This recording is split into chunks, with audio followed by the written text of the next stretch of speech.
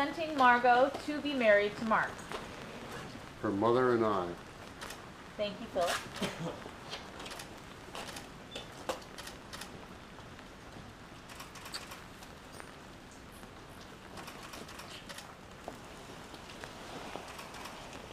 Greetings. Please take your seats. What a journey it's been for you two to be here today. And welcome to all of you, and thank you for joining us today in this beautiful, mystical place as we celebrate the marriage of Mark and Margaux. My name is Annie. I am Mark's oldest sister. I am blessed, excited, and honored to be here today to witness and to solemnize the marriage of Margaux and Mark. I love you both very, very much. Dearly beloveds and honored guests, we are gathered here today in the sight of God and the company assembled to witness the giving and receiving of the marriage vows. Marriage is an institution ordained of God and not entered lightly or in jest, and only after much consideration. With that, I must ask, Margaux, will you have this man to be your husband, to live together in the covenant of marriage? Will you love him, comfort him, honor and keep him in sickness and in health, and, forsaking all others, be faithful to him as long as you both shall live? I will. Mark, will you have this woman to be your wife, to live together in the covenant of marriage? Will you love her, comfort her, honor and keep her in sickness and in health, and, forsaking all others, be faithful to her as long as you both shall live? I will.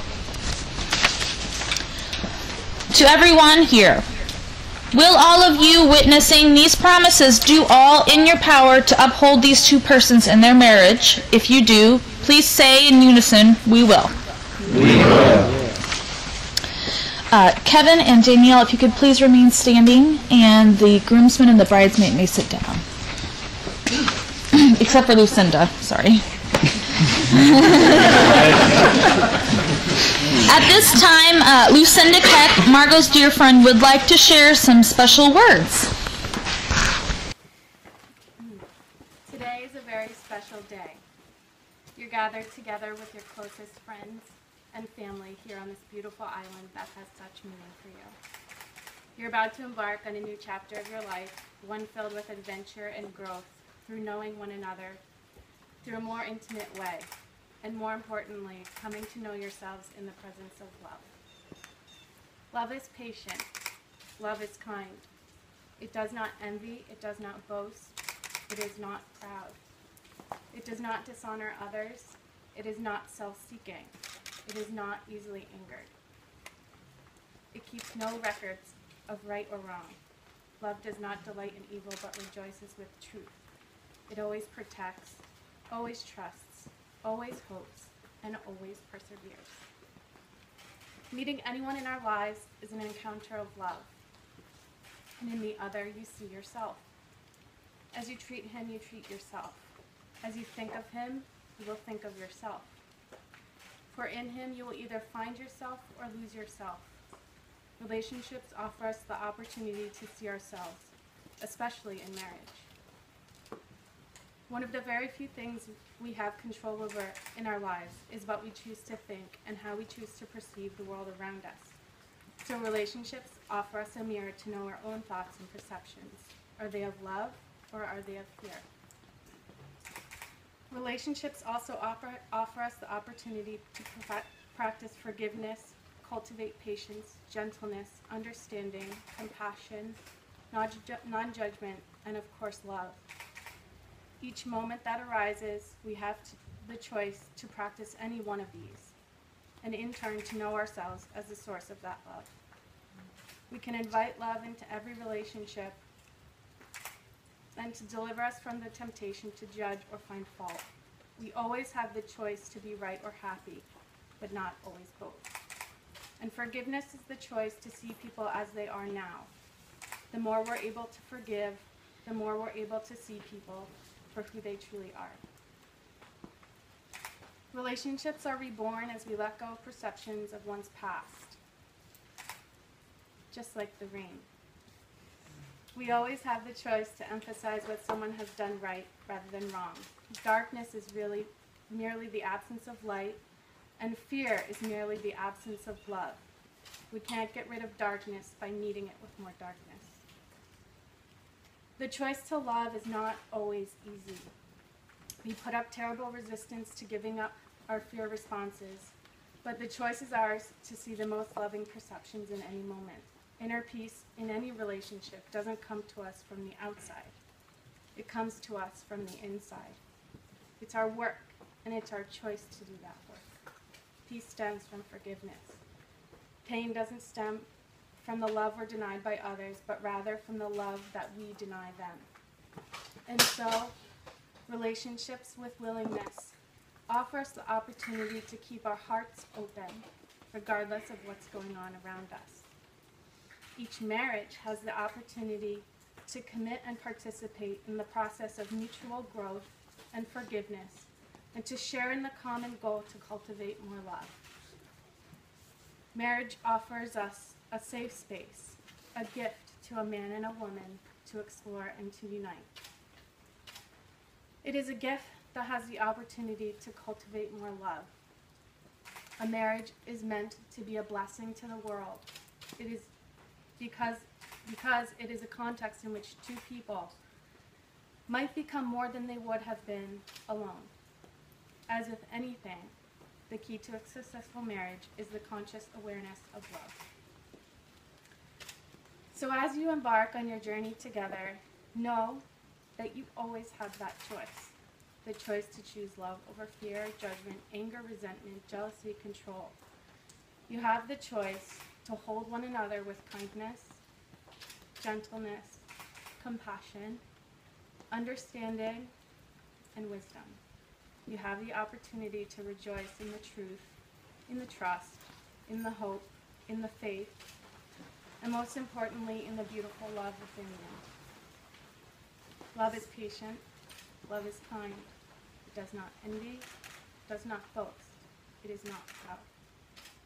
It does not dishonor others. It is not self-seeking. It is not easily angered, and it keeps no record of wrongs. Love does not delight in evil, but rejoices with the truth. It always protects, always trusts, always hopes, and always perseveres.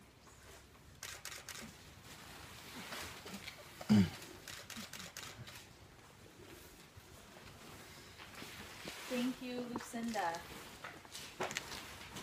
And now Jessica, Mark's other and equally awesome sister, would like to also share some words she chose especially for this occasion. So this is from a much younger generation who may not necessarily know about marriage. It's an excerpt from All I Ever Really Needed to Know I Learned in Kindergarten. All of what I really need to know about how to live and what to do and how to be, I learned in kindergarten. Wisdom was not at the top of the graduate school mountain, but there in the sandbox at nursery school. Here are the things I learned.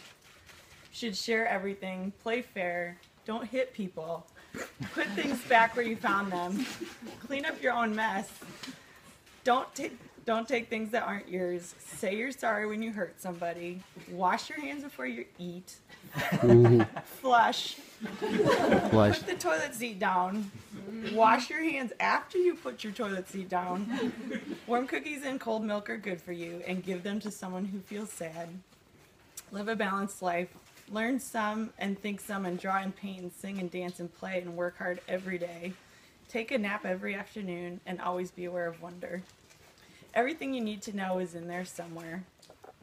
And it's still true that no matter how old you get, go out into the world, it is always best to hold hands and stick together. Thanks, Jessica. Thank you, Jessica and Lucinda. Now, those of you who know Margaux know that she is a planner, just a little bit, in every aspect of her life. She is a professional planner, in fact, and as such she has had a large say in the rhythm, the content, and flow of today's proceedings, which makes sense, of course, since, well, it is the biggest day of her life. I love this aspect about her. among many other things, because it complements Mark's personality so well, he being a brilliant, quirky, thoughtful, always well-meaning, but sometimes unorganized and forgetful individual. One aspect of this ceremony that Margaux felt especially strongly about was to include the following text, which will be read by Mark's first cousin, Carrie. Margaux herself has said that these words capture the essence of the loving relationship that she and Mark share. To love is not to possess, by James Kavanaugh.